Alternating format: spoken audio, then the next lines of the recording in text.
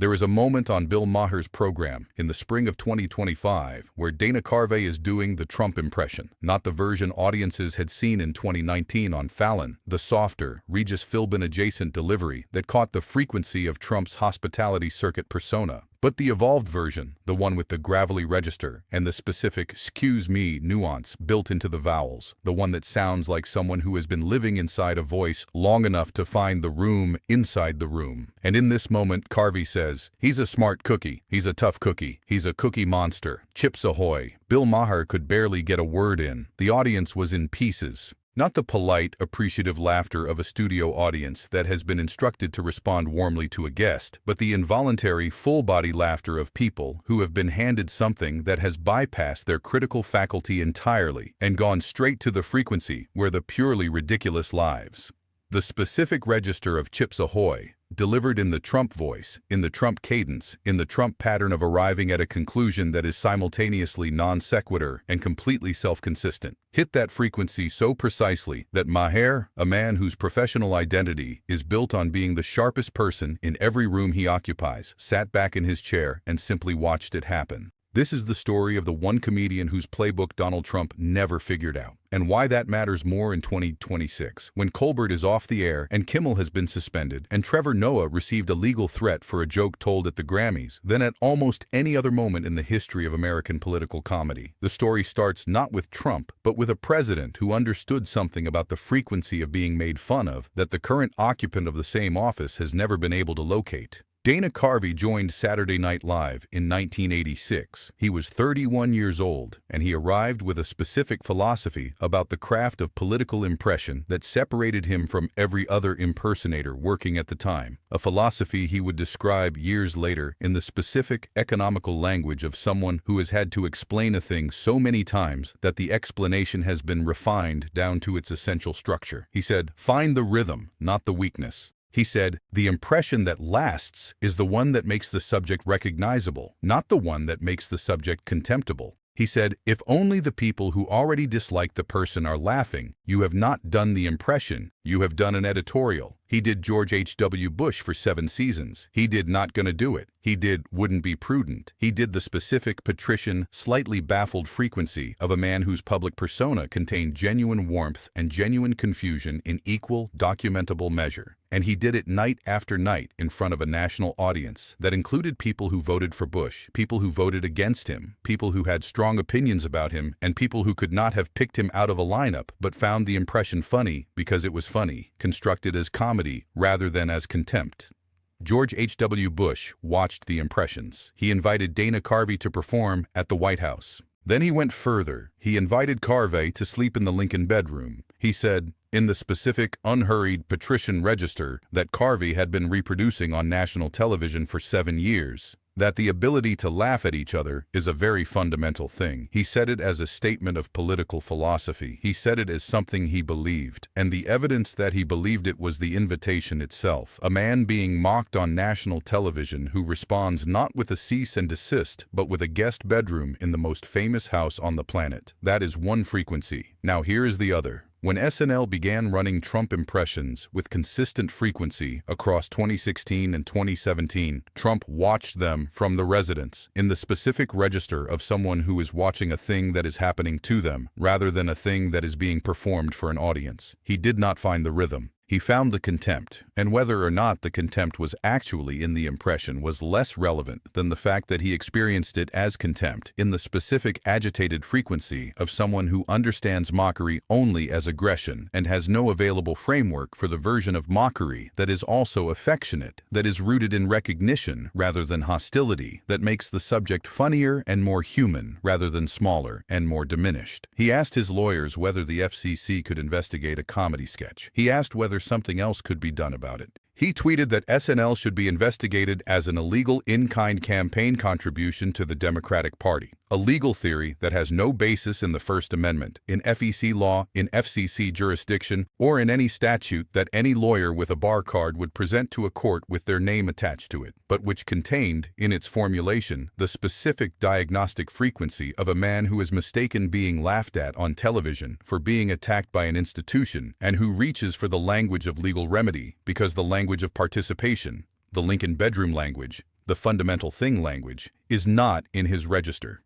The FCC did not investigate SNL. The FEC did not act on the campaign contribution theory. The sketches continued, the frequency continued, and Trump continued watching from the residence, building a documented record of responses that would become, across the next 8 years, the most legible inventory of a man who cannot locate the difference between being made fun of and being destroyed. By 2019, Carvey had refined the impression to the point where it was generating its own documentary evidence in real time. The California wildfires, the whole state on fire. Trump comes out of a briefing. Carvey described it on The Tonight Show with the specific intimate confidence of someone recreating a moment they have been living with. And someone in the room has explained land management to him. The whole state on fire. And Trump comes out and goes, "You got to rake the leaves. You got to rake the leaves." Carvey delivered the rake the leaves line on Fallon's stage in the Trump voice. Not the evolved gravelly version, the earlier Regis-adjacent version. And the audience did not just laugh.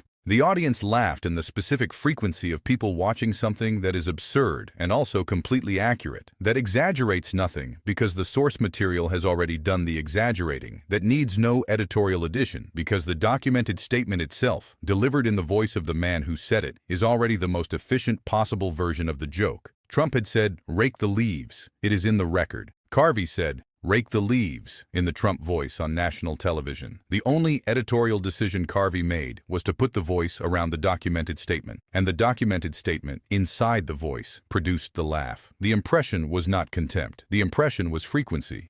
The impression found the rhythm of a man who arrives at conclusions that are simultaneously confident and baffling and delivers them in the register of someone who considers the conclusion self-evident. And then it placed the documented conclusion inside the rhythm and let the audience find the distance between what was said and what the situation required. That distance is where the laugh lives. And the reason Trump cannot close it, cannot instruct a lawyer to file it, cannot post it away, cannot call it a dying show and make it a dying show, is that the distance is not Carvey's invention. The distance is the documented record. Carvey is simply measuring it in public, in the voice of the man who created it. The November 2024 SNL season premiere. The election had been called. The cold open assembled the cast in the specific, careful register of a show that has been doing this for 50 years and has developed the institutional intelligence to understand that the night after a significant election requires a different instrument than the standard cold open. Carvey debuted his Elon Musk impression, walking onto the stage in the specific, jerky, physically uninhibited movement that Musk had displayed at the Pennsylvania rally, the movement that no communications professional would have approved, and that Musk had deployed anyway, in the specific unmanaged frequency of someone who has stopped performing for the room and has started performing for himself. Carvey jumped. He announced, "Seriously, I run the country now. 6 million YouTube views inside the week." Elon Musk posted that the show was dying and that Dana Carvey just sounds like Dana Carvey. The specific logic of Dana Carvey just sounds like Dana Carvey,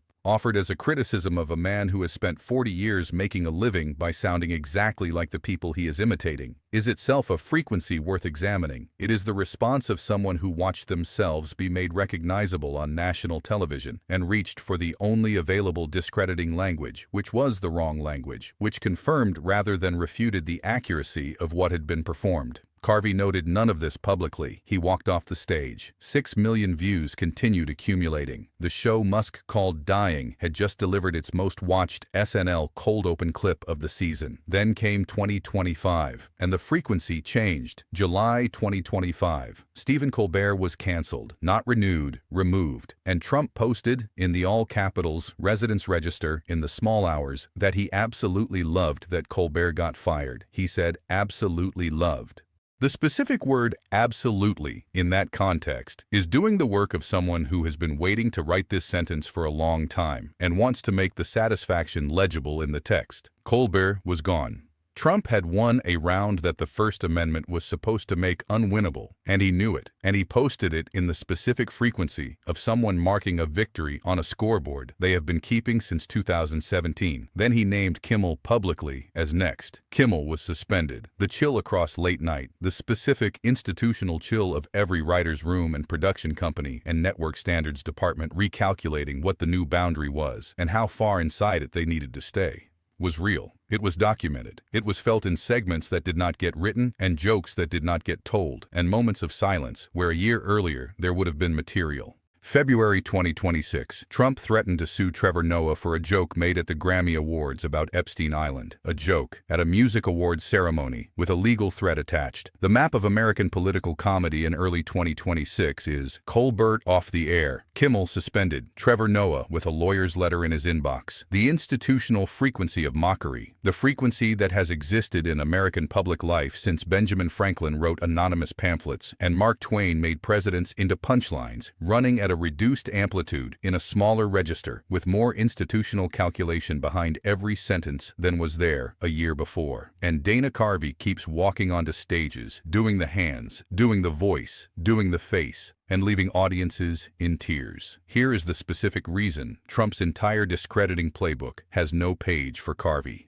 The playbook has 5 moves. Call the person partisan, call them talentless, call the show dying, demand an investigation, and threaten a lawsuit. The first move requires the target to be identifiably political in the direction of the enemy. Carvey does Bush, Biden, Musk, and Trump with equal frequency and equal craft. The same philosophy, the same rhythm over weakness approach applied to every subject regardless of party. You cannot call a man partisan who made George H.W. Bush laugh hard enough to offer him the Lincoln bedroom. The audience that laughs at Carvey's Trump also laughed at Carvey's Biden. The frequency is not political. The frequency is human, and the Trump playbook has no legal theory for the frequency of being human. The second move, talentless, requires the target to be someone whose reputation is in construction, someone whose standing can be moved by the assertion. Carvey has been doing this for 40 years. He has 7 SNL seasons, a body of work that includes some of the most documented impressions in the history of the medium, and the specific, unrepeatable credential of being invited to sleep in the Lincoln bedroom by the man he was mocking. You cannot call 40 years of documented craft talentless in a post and expect the post to do more work than the 40 years. The third move, the dying show, requires the show to die. The Musk impression generated 6 million views. The show is in its 50th season. The math is not close. The fourth and fifth moves, investigation and lawsuit, require a legal theory. The First Amendment does not provide one for political satire. Every lawyer Trump has asked about this has told him the same thing. In different rooms, across different years, with different billing rates, there is no theory. The impression is protected. The frequency is protected. The laugh is protected. There is no executive order for cross-partisan laughter. The confirmation sits in the comparison of the 2 responses, Bush and Trump, placed side by side in the documented record.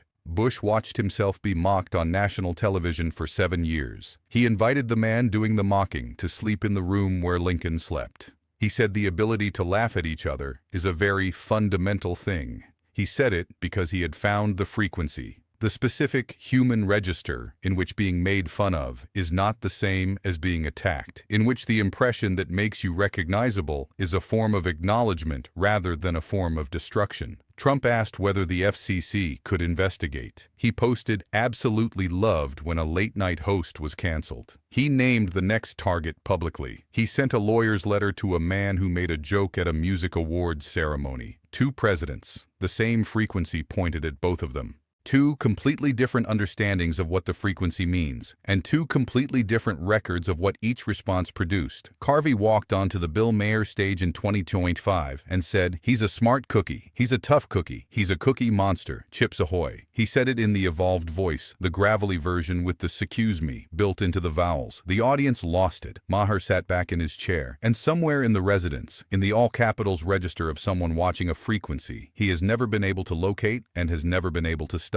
A man who canceled one show and suspended another and sent a legal threat to a Grammy stage. Watched a 70-year-old comedian in a suit deliver a cookie metaphor and turn the most powerful office on the planet into a guy pitching a timeshare in Florida. There is no executive order for that. There is no FCC ruling that reaches it. There is no lawsuit that survives contact with the First Amendment when the evidence presented is a man saying, "Chips ahoy," in a voice that 400 million people immediately recognize. The audience is still laughing across party lines, across the specific divide that every other instrument of political comedy has been unable to cross, in the frequency that Bush understood and Trump has spent 8 years trying to silence, and that Dana Carvey has been broadcasting, uninterrupted, since 1986. Subscribe and turn on every notification, because the next impression is already being refined, and the laugh it produces will be the one thing in American public life that no one in the residence has figured out how to stop.